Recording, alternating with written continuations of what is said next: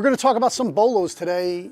When you're taking in collections, some stuff you might look for that looks like something else or something cheap, but is worth a lot of money, and that you need to be on the lookout for. That's what a bolo means, be on the lookout. So we'll just get right into it, right? So a lot of this is going to be toys. Comic books, I feel if you're opening a comic shop, you really know comics. I had a few ideas about some of the bolo comics that a lot of people don't know about, but I didn't have an example to show. So I'll tell you that Marvel used to put out a review magazine and comic for their business. It's called Marvel Review, and it looks like a comic book, and when you open it, there's comic book art in it and stuff. But it is basically the sales projections and what the sales were the previous quarter. They did them in the early 90s. They were putting them out, and yeah, so they get a good bit of money, and they're hard to find, so keep an eye out for those. But so these were basically at your 5 and dime in the 70s. This is Fantastic Four supercars. They are super cheap, plastic, just on a card with a little bit of plastic. This one's, of course, in a much better condition. So in this condition, it sells for like $275, and in this condition, maybe $150, $140 in that range. And you know, somebody bringing these, you know, you might pay $10 a piece for them or less in a collection. But that's always a good find. Anything from the 70s on card is really good. I did have one comic to show ash cans from the 90s. So when Image first started, when they would go to the Comic Cons, the conventions, they would bring ash cans to hand out to people to get people into Image comics. This one is Young Bloods. A lot of times you can find them autographed. You'll know Rob Liefeld's autograph because it looks like P. Woo. That is Rob Liefeld's autograph, looks like P. Woo. If you look at it really close, zoom in there, see that? P. Woo. So yeah, and like I got 150 on mine, but I think that it probably could be up into the $300 range. Another thing that sells really well, not a lot of people know about, is anything rappers. Hip hop is very popular because they didn't make a ton of it. So here's an Eminem action figure. So the Eminem action figure sells for about $150, $130 to $150. There's 3 different ones. I would have had 3 to show you, but I sold 2 and I just took in another one. That's really good, but you know, Eminem's not as big as Snoop. Yeah, got a little bit of Snoop Dogg. And I have both of these figures. I have there's 2 different outfits. I have both. They're about $150 to $200 a piece, depending on condition. And you know, somebody brings this in, it looks like a Barbie doll. It's, you know, I mean, you know it's Snoop, but let you know right off the bat, it's gonna be money, good money. And then another $150 is Talking Master P. This looks like it comes from the Family Dollar or Five Below back in the day. But yeah, these go for about $150. They're hard to find, especially with the glasses and the hat in the box. So it's another thing to look out for.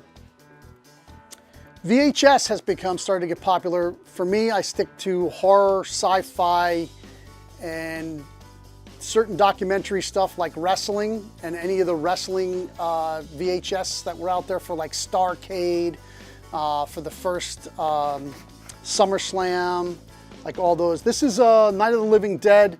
It's a 2-set. You know, I buy VHS for around 25 cents each and get a $10 bill for that. So that's, you know, that's a really good come up when you're buying them at, you know, there are a lot that I have to throw away with it. So I probably got $1 or $2 in each of the good VHSs I get to sell. Between $5 and $35 is where is a good range for those. Another thing to look out for is when you're doing your video games, 5-screw. Some of the video games, the early ones were 5-screw, and then the later ones were 3-screw. of the same game. 5-screw games get more money, so you got to pay attention to that. Another thing, you're taking in game systems and you pay a regular rate for Xbox, any one of the systems you pay a regular rate for. When it comes in, you say, okay, I pay $10 for an Atari. What you're looking for is this or other different Ataris. This one is the Darth Vader Atari, and this sells for around $146 compared to like this $50 to $75 range for depending on whether it's a Sears or a regular Atari or 4-button versus 6-button or Switch, I mean. So there's a lot of different versions and they get a little bit different money, but this gets the most, the Darth Vader version. And it's all blacked out. It doesn't say Darth Vader on it, it doesn't say Star Wars. You just have to see this and see that this is all black and it's the Darth Vader version. And these are pretty hard to come by. So that's something, you know, you keep on the lookout. It comes in, you pay the regular $10 for it, and you hit a home run. Another thing is, we go all the way back here. You know, looks like a Barbie. Everybody knows it's a gem in the holograms. So this one's a little rough. I have some plastic damage on it and stuff, and this will get $250. If you had a mint cherry mint one, probably in the $300 range, maybe even higher, depending if you have a couple. So they have several different versions and she has her whole group. If you had the whole group, you might get $1,000 or more. So keep an eye out for gem in the holograms. They also had a mail away, and I couldn't put my hands on it right now, but they had MTV jackets for the gem in the holograms. You had to cut out the proof of purchase and mail them away, and you got back an MTV jacket for Gem. And you know, because she's a rocker, then she got an MTV jacket. Those jackets sell about $25 or more. They're not, there's not that many up on eBay, so people that are looking for them will pay $25, maybe somewhere up to $50.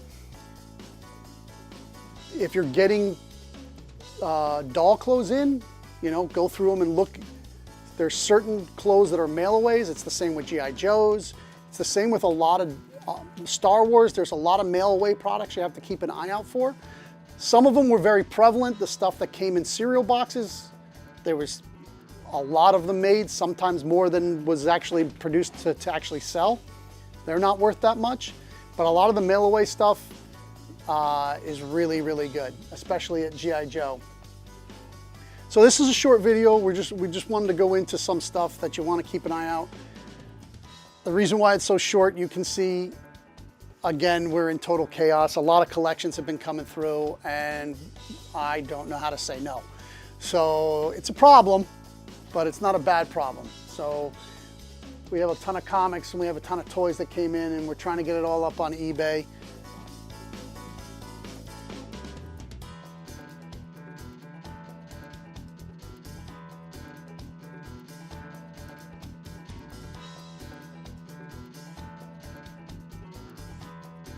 By the way, if you didn't, you know, if you thought that was cool, I know I'm going to go out of frame real quick. We've got